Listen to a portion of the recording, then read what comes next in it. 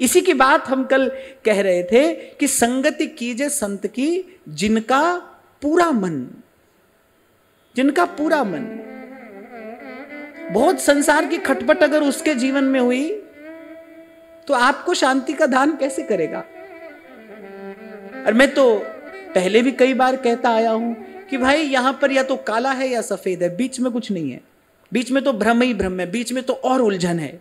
इत व्यवहार ना उत परमारथ। क्या अर्थ है इस पंक्ति का? बड़ा गंभीर अर्थ है।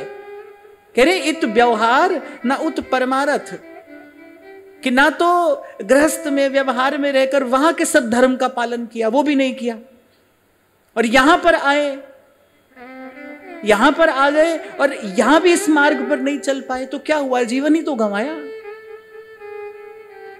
महाभारत में तो आरंभ में ही ऐसा लिखा है कि सब आश्रमों में सबसे श्रेष्ठ गृहस्थाश्रम है, सबसे श्रेष्ठ है गृहस्थाश्रम, ऐसा महाभारत में लिखा है, ऐसा शास्त्र का भी मत है, ऐसा अनुभवी जनों ने भी कहा है।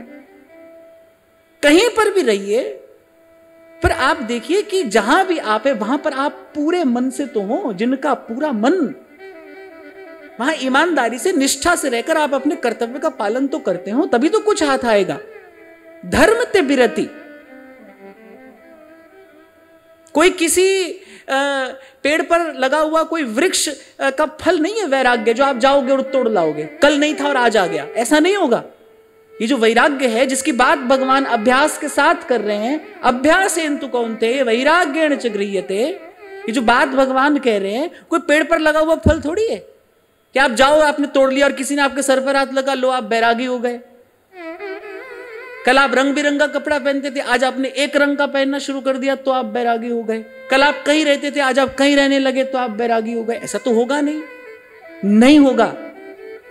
कान खोलकर सुन लेना, ऐसा नहीं होगा। ऐसी भूल मत करना, किसी किसी की बात में नहीं आना, किसी के जैसा हो जाने से भी वैराग्य नहीं होगा, किसी के जैसा हो जाने से नहीं होगा। कैसे होगा? कह रहे धर्म का पालन करने से होगा। धर्म ते बिरति,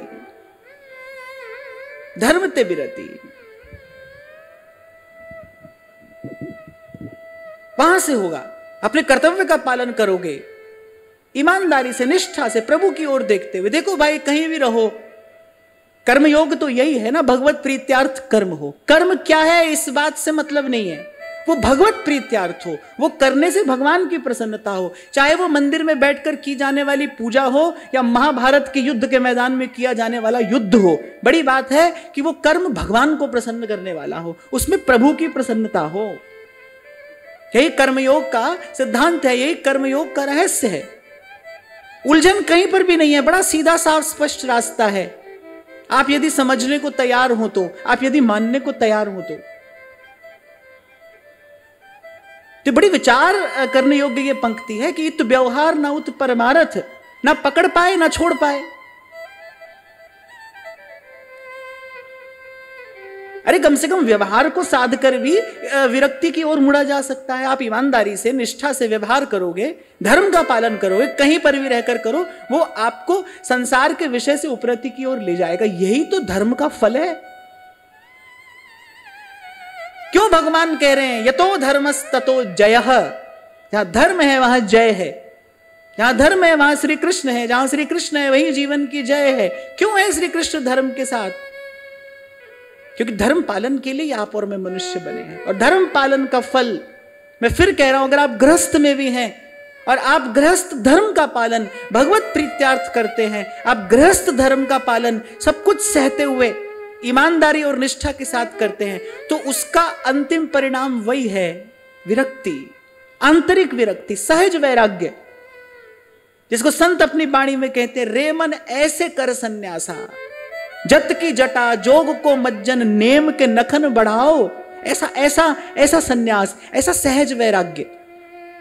हाँ, सुख तो वैराग्य से ही है, सुख तो वैराग्य में ही है, वैराग्य से ही है। वैराग्य अर्थात जब आप अछूते हो जाएं, निर्लिप्त, अछूते।